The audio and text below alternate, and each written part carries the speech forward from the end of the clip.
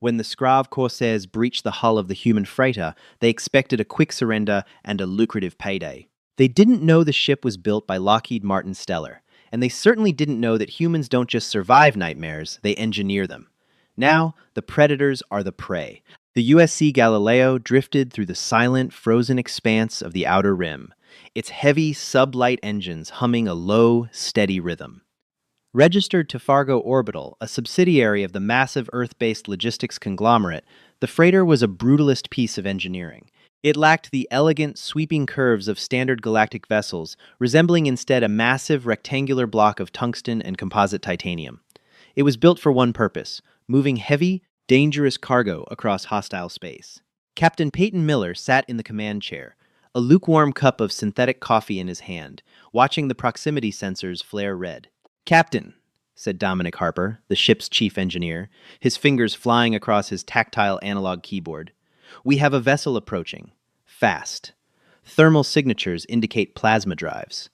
It's a Skrav Corsair ship. They've painted us with targeting lasers." Peyton didn't flinch. He set his coffee mug into the magnetic holder and leaned forward, his gray eyes locked on the primary monitor. "Broadcast the standard Fargo orbital distress signal, Dominic. Let them know we are an unarmed commercial vessel carrying industrial equipment." They're ignoring the hail. Abigail Foster, the ship's tactical and cargo specialist, reported from the port console. "They are matching our velocity. Magnetic grapples deployed. We are being boarded." "Execute Protocol 4, Peyton ordered calmly. "Power down the main thrusters. Disengage the automated defense turrets. We offer no resistance." Dominic looked back, raising an eyebrow. "You sure about this, Cap? We have enough point defense kinetic cannons to shred their boarding tube." "And violate our insurance policy with Lloyd's of London Interstellar?" Peyton replied, a grim smile playing on his lips. "Fargo Orbital's mandate is clear. Preserve the cargo, preserve the crew. The Skrav rely on speed and shock value. If we don't fight, they won't shoot. We let them board, we let them take the bridge, and we wait." A shudder violently rocked the USC Galileo as the Corsair ship clamped onto the human freighter's hull. The terrifying hiss of plasma cutters eating through the outer airlock echoed through the ship's corridors. The Skrav were a notorious species in the sector, tall, chitin-plated bipeds with a predatory insectoid lineage. They possessed 4 arms, compound eyes, and a reputation for extreme violence. To them, humanity was a newly discovered, soft-skinned mammalian species that had barely clawed its way out of its own solar system. Soft, weak, perfect prey. The bridge doors blew open with a deafening bang. Plumes of gray smoke rolled into the room, followed immediately by 6 Skrav warriors. They wielded high-yield plasma rifles, their mandibles clicking rapidly in their native tongue. Leading them was Captain Growl, a towering specimen of his race, his dark purple chitin scarred from dozens of boarding actions. He stepped onto the bridge, his dual primary eyes locking onto Peyton. The alien translator collar around Growl's neck buzzed, emitting a synthetic, metallic voice. "You will not move, Terran. This vessel and its cargo now belong to the Skrav Syndicate. Any sudden movements will result in your immediate vaporization." Peyton slowly raised his hands, keeping his palms open and visible. Beside him, Dominic and Abigail did the same. "We are unarmed," Peyton said, his voice steady and measured. "I am Captain Peyton Miller of the USC Galileo. We surrender the ship. There is no need for violence." Growl let out a clicking, hissing laugh that sounded like dry leaves being crushed. "Sensible mammal. Your species is notoriously fragile. Bind them," he ordered his crew. 2 Skrav warriors lunged forward, roughly grabbing the humans. They slapped heavy, magnetic restraints onto their wrists. The aliens were fast, their movements twitchy and erratic, operating on a high-metabolism nervous system that made them lethal in short bursts. They shoved Peyton, Dominic, and Abigail toward the lift. "Take them to the lower cargo hold. Lock them in," Growl barked. "I want full control of this ship's systems within the hour. We jump to the Syndicate outpost as soon as the nav computer is ours." As Peyton was shoved into the elevator, he caught Dominic's eye. The engineer gave a microscopic, almost imperceptible nod. The humans were marched down into the bowels of the USC Galileo, deep into the heavy reinforced containment sectors built by Boston Dynamics' Stellar Division. The Scrav shoved them into a bleak, tungsten-lined storage unit and slammed the heavy blast door shut. The magnetic locks engaged with a heavy, final thud. Back on the bridge, Growl settled into the captain's chair. It was incredibly uncomfortable. The cushion was too dense, and the physical dimensions of the console were built for a species with entirely different joint articulations.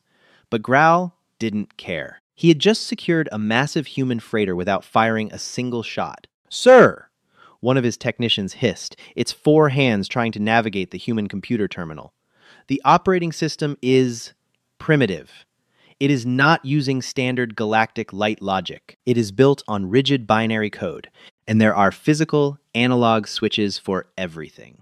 "Bypass it," Growl demanded. "Hook your personal data pad into the primary interface and override the life support and navigation. We don't need to understand their primitive machines. We just need to fly the ship." "Yes, Captain." The Scrav technician forced a universal splicing cable into the ship's data port. For a moment, the bridge lights flickered.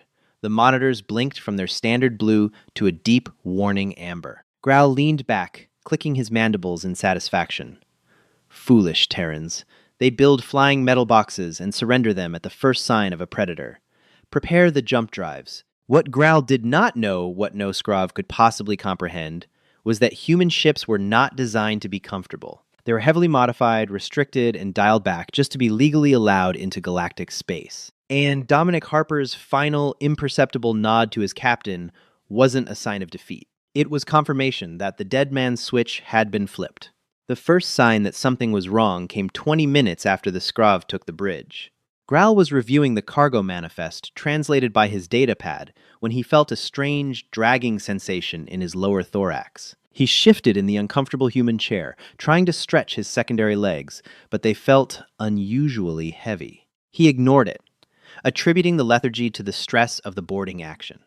"Technician," Growl snapped, "why are the main thrusters still offline? We need to break orbit from this sector before the Vanguard patrols detect the distress beacon the humans were broadcasting." The technician at the helm turned, its compound eyes blinking sluggishly. "Captain, the system override was successful, but the ship's internal subroutines have rebooted to their factory defaults. I cannot stop it." "What does that mean?" Growl demanded, standing up. As he did, his knees buckled slightly. The floor felt as though it was pulling him downward with an aggressive, unseen force. "The artificial gravity," the technician gasped, bracing 2 of its arms against the heavy Boeing Stellar control console to keep from collapsing. "Galactic standard is 0, 6G, the humans. They had dampeners engaged to keep it there. When I bypassed the mainframe, the dampeners went offline. The ship is reverting to Terran standard gravity." "Which is what?" Growl hissed, his breathing growing labored. 0G, Captain. Almost double the galactic standard." Growl's mandibles clicked in shock. Double the gravity? How could the soft-skinned mammals survive in such a crushing environment? Every movement suddenly required twice the effort. His chitinous plates, designed for light, fast movements, now felt like lead weights strapped to his body. His heart rate spiked as his body struggled to pump hemolymph through his system against the relentless downward pull. But the gravity was only the first phase of the ship's automated reset. Down in the pitch-black cargo hold, Peyton Miller sat perfectly still, listening to the hum of the ship. The magnetic restraints bound his hands behind his back, but he was entirely at ease. "You feel that?" Abigail whispered from the darkness. "Yeah," Dominic replied, a grin evident in his voice. "The grav plating just cycled up to Earth. Normal. My bypass worked. The Scrav technician must have hard rebooted the system, trying to lock us out. The Galileo is currently scrubbing all foreign user inputs and returning to homeworld parameters." "How long until the environmental scrubbers cycle?" Peyton asked. "Give it 5 minutes, Cap," Dominic said. "Galactic standard atmosphere is heavily regulated. Mostly nitrogen, traces of argon, and about 12% oxygen. Anything higher is considered a severe fire hazard and highly toxic to most species in the sector." "An Earth standard?" Abigail asked, though she already knew the answer. 21% oxygen, Dominic said. "To a Scrav, breathing our air is like inhaling vaporized bleach. Their lungs aren't built for that kind of aggressive oxidizer. Give it a few minutes, and they are going to feel like they are burning from the inside out." Back on the bridge, Panic was beginning to take root. A loud, mechanical clunk echoed through the ventilation shafts, followed by the deep roar of the heavy-duty industrial fans kicking into overdrive. The air pouring out of the vents suddenly smelled sharp, metallic, and incredibly dense. One of the Skrav guards standing by the blast doors suddenly dropped its plasma rifle. The heavy weapon hit the deck with a loud crash. The guard clutched its thorax, its respiratory spiracles flaring wildly. It let out a high-pitched, wet shriek and collapsed to its knees, violently coughing up a viscous blue fluid. "What is happening to him?" Growl shouted, though his own voice sounded weak. His throat was burning. Every breath he took felt like he was inhaling fire. The air itself tasted aggressive, biting into the delicate membranes of his respiratory system. "Captain!" the technician cried out, its voice barely a whisper now. "The life support, the air mixture, it's flooding with oxygen. It's at 18% and climbing. It is toxic. We are suffocating in it." "Turn it off!" Growl roared, stumbling forward. The sheer effort of walking under 10 G gravity, combined with the hyper-oxygenated air, sent a wave of agonizing cramps through his legs. He collapsed against the communication terminal, his claws scrabbling against the metal. "I cannot!" the technician wheezed, falling to the floor entirely. "The analog switches, they are manually locked out. The ship's AI considers our biological signature a contaminant. It is flushing the atmosphere to sanitize the vessel for its Terran crew." Graal's compound eyes wide with terror. This wasn't a freighter, it was a death trap, a floating pressure cooker filled with poison gas. How did the Terrans live like this? Their homeworld must be a hellscape of crushing gravity and corrosive air. "Get up!" Growl ordered his men, his voice trembling. "Get up!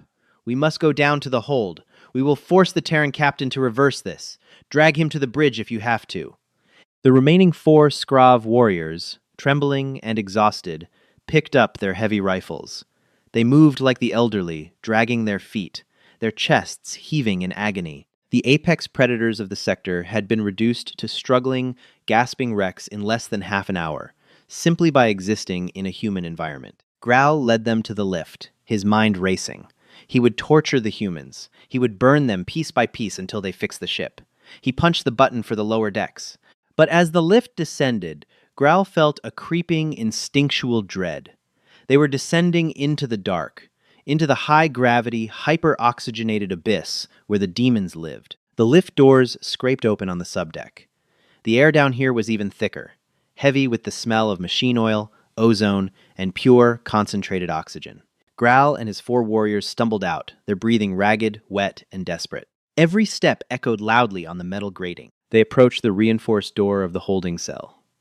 Growl drew his personal plasma sidearm, his hand shaking violently from muscle fatigue. "Open it!" Growl wheezed to his lieutenant. The lieutenant fumbled with the control pad, overriding the magnetic lock. The heavy blast doors slid open with a pneumatic hiss.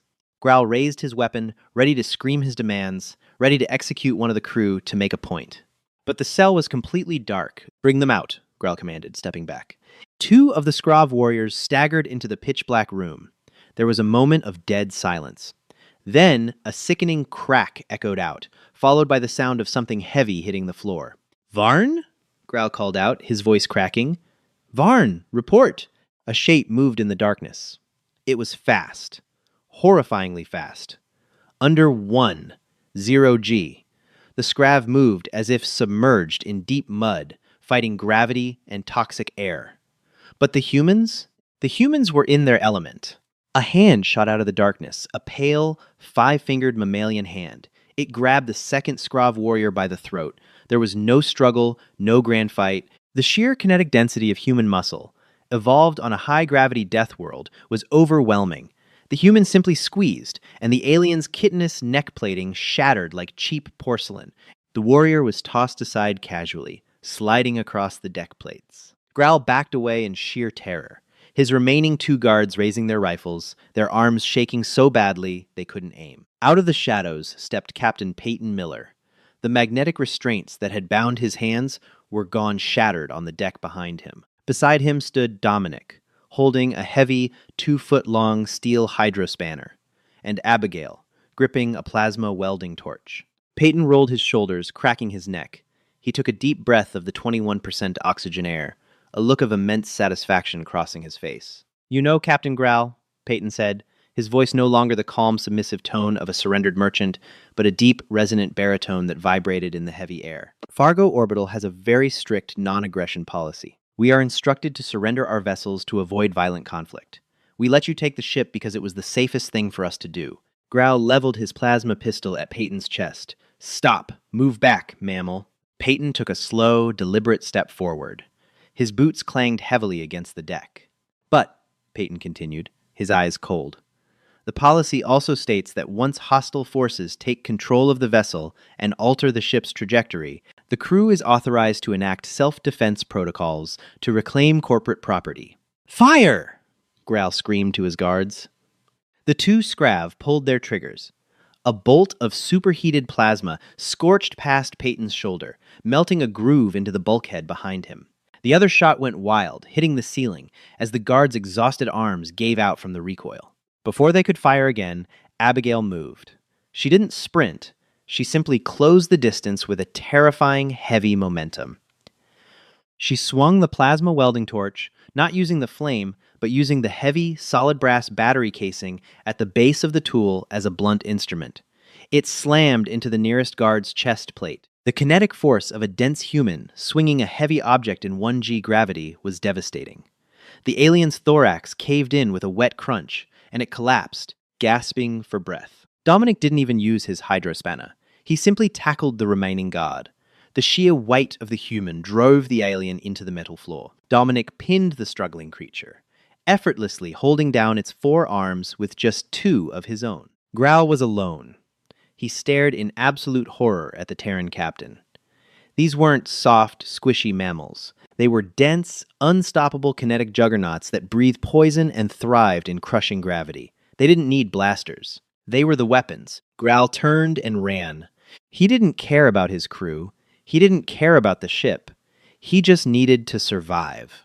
He sprinted for the lift, his lungs screaming in agony, coughing up blue blood as the oxygen ravaged his system. He slammed his fist onto the lift button, the doors closing just as Peyton began to walk toward him. Not running, just walking. Like a predator stalking an exhausted, wounded animal. The lift shot upward. Growl collapsed onto the floor of the elevator, sobbing in terror. He crawled out onto the bridge. His technician was dead, slumped over the console, choked to death by the Earth Standard air. Growl pulled himself up to the communication terminal. His hands were shaking so violently he could barely operate the analog keys. He smashed his fist against the emergency broadband broadcast button. The screen flared to life, connecting to the Galactic Citadel's emergency Vanguard frequency. A crisp, blue-skinned Vanguard officer appeared on the screen. "This is Vanguard Sector Command. Identify yourself." This is Captain Growl of the Scrav Corsairs. Growl shrieked, tears of blue fluid streaming down his compound eyes. "I am broadcasting on open channels. We have committed acts of piracy. We surrender. We surrender completely to the Vanguard." The Vanguard officer looked confused. "Captain Growl, you are a wanted fugitive. Are you turning yourself in?" Yes, by the ancestors, yes," Growl begged, coughing violently, gripping the console as the sound of the lift returning to the bridge echoed behind him. "Trace this signal. Send your heavily armed cruisers. Arrest me. Put me in a maximum security containment cell." "Captain Growl, what is your status? Are you under attack by a rival syndicate?" "No!" Growl screamed, looking back at the heavy steel doors of the bridge lift as they slowly began to hiss open. The heavy, rhythmic sound of human boots stepping onto the metal deck echoed into the room. "I boarded a Terran freighter. Please. You have to save me. I am begging you. Come arrest me before the humans." The transmission cut to static as a heavy, pale hand reached out and casually crushed the communication console's power feed. Peyton Miller looked down at the weeping alien pirate, his expression entirely devoid of pity. "Fargo Orbital thanks you for your cooperation," Peyton said coldly. "Now, about my ship." Commander Bennett stood on the pristine, illuminated bridge of the Galactic Vanguard Interceptor Justice, staring in utter bewilderment at the main tactical display. Bennett a seasoned veteran of the sector's law enforcement fleet, had spent his entire career hunting down Scrav pirate syndicates. The Scrav were ruthless, utilizing blitzkrieg tactics to overwhelm merchant vessels before the Vanguard could even power up their slipspace drives. Yet, here they were. A Scrav Corsair vessel was physically tethered to a blocky, ugly, utilitarian freighter registered to a human corporation called Fargo Orbital. The distress signal wasn't coming from the civilian ship, it was coming from the pirates. And it wasn't an automated beacon, it was a frantic, weeping broadcast on an open emergency channel. "Lieutenant Lawson," Bennett called out, his voice betraying his confusion. "Confirm the origin of that transmission again.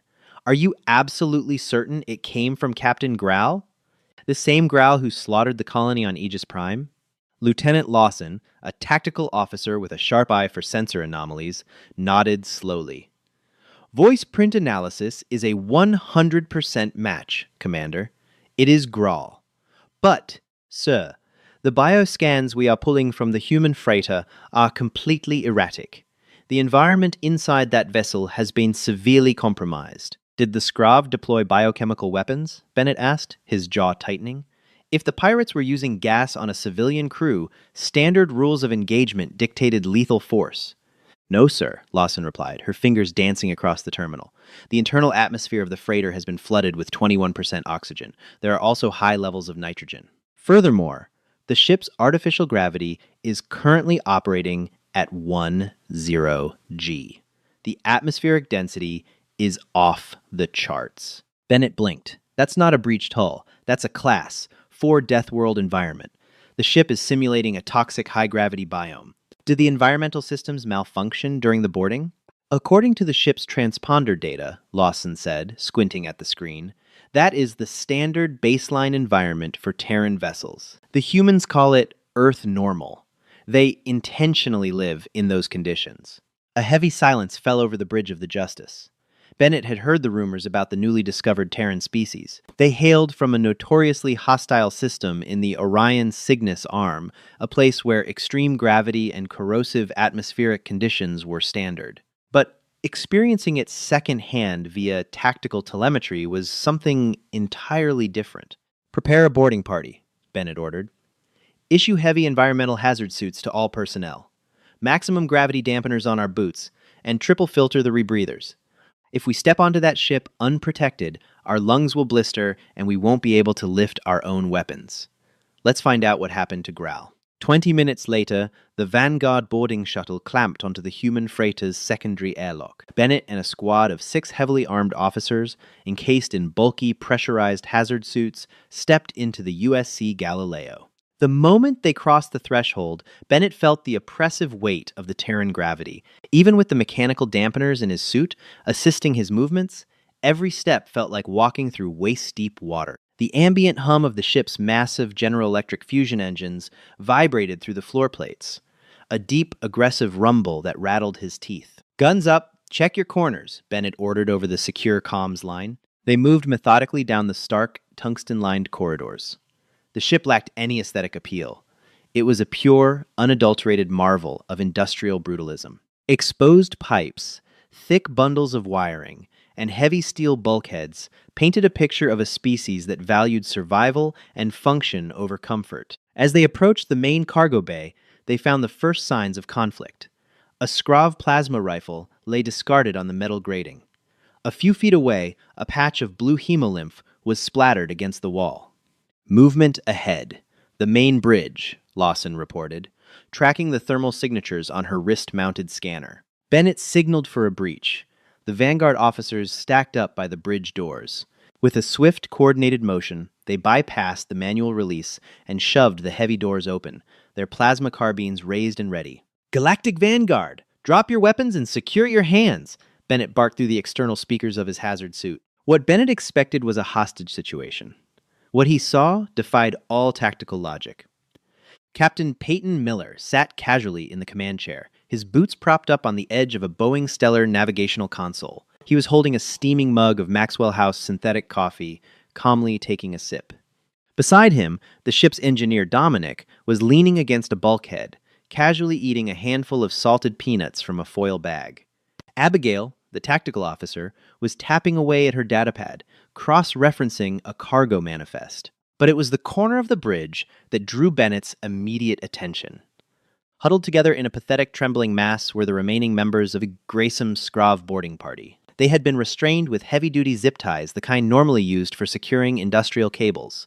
Among them was Captain Growl. The imposing, four-armed pirate warlord was curled into a fetal position. He was hyperventilating, his compound eyes darting wildly, a look of profound, shattered terror etched across his chitinous face.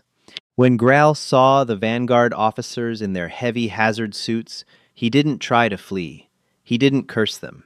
Instead, he let out a garbled shriek of absolute joy and violently threw himself toward Bennett's boots, squirming across the floor like a desperate insect. "Take me!" Growl sobbed, coughing violently as the hyper-oxygenated air assaulted his lungs. "Please, put me in the heavy isolation wards. Chain me to a wall in the deepest asteroid prison you have. Just get me off this cursed metal box. They are monsters. They don't use weapons, Commander. They just squeeze you until you break." Bennett stared down at the weeping pirate, completely stunned. He slowly lowered his carbine and looked back up at the humans. Peyton took another slow sip of his coffee, lowered his legs from the console, and offered a polite, professional smile. "Commander Bennett, I presume? Captain Peyton Miller, USC Galileo. We're very glad you're here. Fargo Orbital Protocol requires us to hand over all hostile trespassers to local authorities to avoid complicating our insurance claims with Lloyd's of London." "Captain Miller?" Bennett started, his voice wavering slightly. He looked at the shattered pirate crew, then at the entirely unharmed humans. What exactly happened here?" "They boarded us," Dominic chimed in, tossing another peanut into his mouth. "We surrendered gracefully. Then they tried to hack the mainframe to steal the ship. They tripped a hard reset protocol, which turned off their illegal environmental overrides and restored the ship to its factory settings. Earth normal. They spent 30 minutes in our air and gravity," Abigail added, not even looking up from her datapad.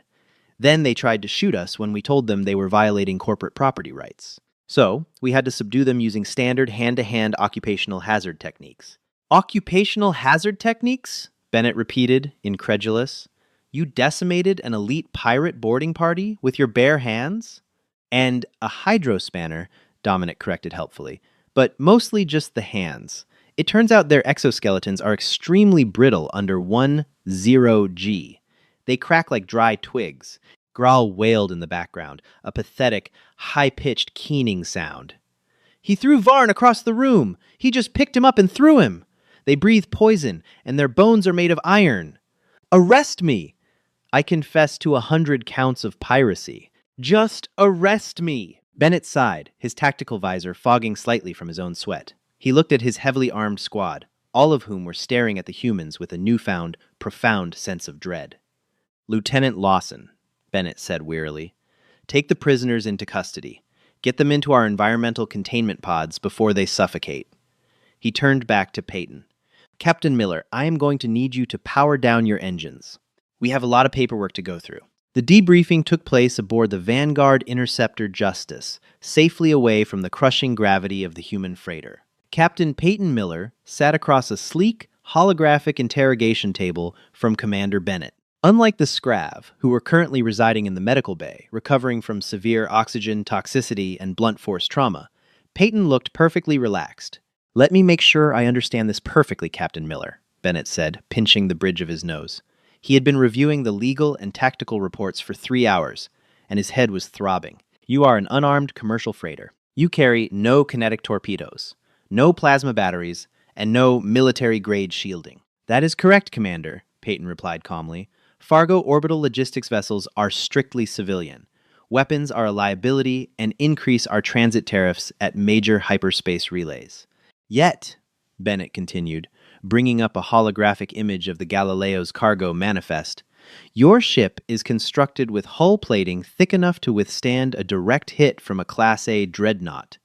Your engines, built by a company called General Electric, generate enough raw thrust to tear a standard frigate in half.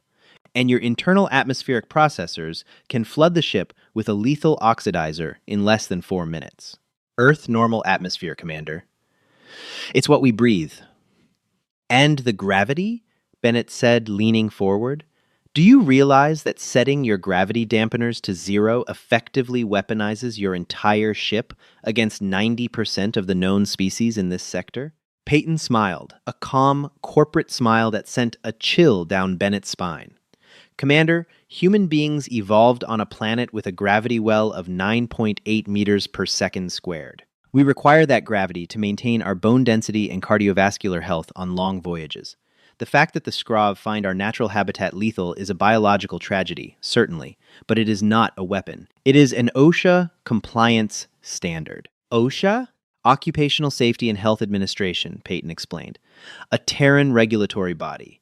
If I don't provide my crew with adequate gravity and oxygen, I get fined by the corporation. Bennett stared at the human.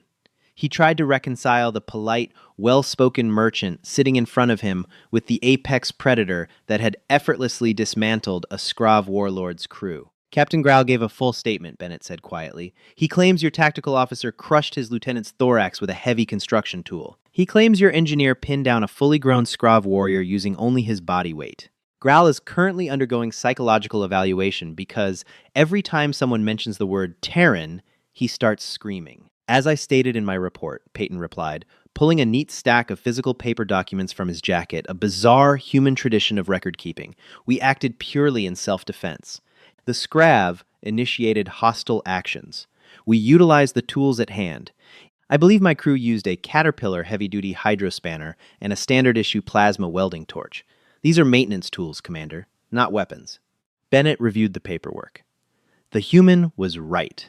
By every letter of galactic law, the USC Galileo was completely innocent. They hadn't fired a single shot. They hadn't used illegal munitions. They had simply existed in their natural state, and that natural state was a horrifying nightmare for anyone foolish enough to intrude upon it.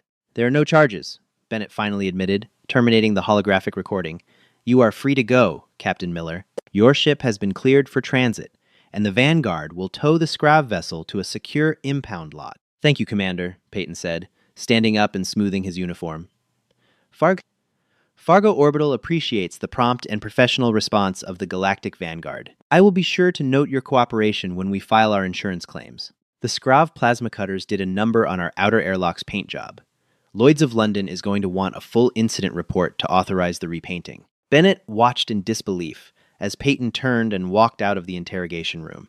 The human was more concerned about a scratched paint job than the fact that he had just single-handedly broken the most feared pirate syndicate in the Outer Rim. As Peyton returned to his ship and the Galileo slowly detached from the Vanguard cruiser, Bennett stood on his bridge, watching the blocky, ugly human vessel fire its massive thrusters. Commander, Lieutenant Lawson said softly, stepping up beside him, the Skrav vessel's databanks have been downloaded. We have their communication logs. It seems Growl managed to broadcast a warning to the rest of the Syndicate network before we jammed their signal. What kind of warning? Bennett asked. Lawson pulled up the transcript on the main display. It was a frantic, unencrypted message that had bounced across every pirate haven, black market outpost, and smuggler's den in the sector. To all Syndicate vessels. Do not engage Terran ships. Repeat, do not engage. They are not merchants. They are unstoppable kinetic demons. Their air is fire. Their gravity is death. Their tools are weapons. If you see a Terran ship, run. Bennett couldn't help but let out a low, dry chuckle. For centuries, the Vanguard had poured trillions of credits into building faster ships, bigger guns, and highly trained strike teams to combat the pirate menace in the Outer Rim. They had fought endless wars of attrition against the syndicates, trading blood for every parsec of safe space. And yet, it only took one ugly, blocky human freighter, built by corporations that cared more about insurance premiums and OSHA compliance than galactic politics, to terrify the underworld into submission. Lieutenant Lawson, Bennett said, turning his back to the viewport, as the Galileo jumped to slipspace, disappearing into the cosmic void. Yes, Commander? Update the Vanguard patrol mandates for the Outer Rim. I want all active interceptor wings to stand down on escorts for Terran commercial vessels. They don't need our protection. Lawson nodded, a faint smile touching her lips. Understood, sir. Shall I classify them as low-risk targets? No, Bennett replied, his eyes reflecting the blue glow of the tactical map. Classify them as Class 4 environmental hazards, and let the pirates know. If they decide to board a human ship again, the Vanguard won't be coming to rescue them. Out in the deep, cold expanse of the galaxy, the USC Galileo hummed along its designated trade route. In the cargo hold, millions of tons of industrial equipment sat secured in the dark. On the bridge, Dominic put his feet up on the console. Abigail returned to her datapad, and Captain Peyton Miller poured himself another cup of Maxwell House coffee. It was just another quiet Tuesday for Fargo Orbital. The galaxy was finally learning what humanity had known for centuries. If you pick a fight with the heavy machinery, you are going to get crushed. Did this tale of human engineering and crushing gravity leave you wanting more HFY action? The galaxy just learned a hard lesson. Never board a Terran freighter unless you want to experience the true meaning of a death world. If you enjoyed seeing these alien pirates beg for mercy, smash that like button. Drop a comment with your favorite moment and share this story. Don't forget to subscribe to our channel and hit the bell icon so you never miss another epic sci-fi adventure. Hi, my name is Tran Trung, the owner and manager of Palace Truths. After watching the video, alien pirates captured a human ship. Now they are the ones begging the galaxy for rescue, _HFY_. I'd really like to know what you think. How did this story make you feel? What I enjoyed most about this story was the shift in perspective once the pirates realised they had completely misunderstood humanity. At first, they saw humans as easy targets, but little by little, the fear started changing sides. That mix of tension, survival, and quiet confidence is what makes HFY stories so satisfying to me. I also think the story reminds us that arrogance can blind people to real danger. Sometimes, the strongest individuals are the ones who stay calm and underestimated until the situation truly matters. Do you think the pirates would have acted differently if they had known more about humans beforehand? And which moment made you realise the balance of power had completely changed? Thanks for spending time with Palace Truths today. If this story meant something to you, feel free to leave a comment and maybe like or subscribe for more HFY sci-fi stories like this.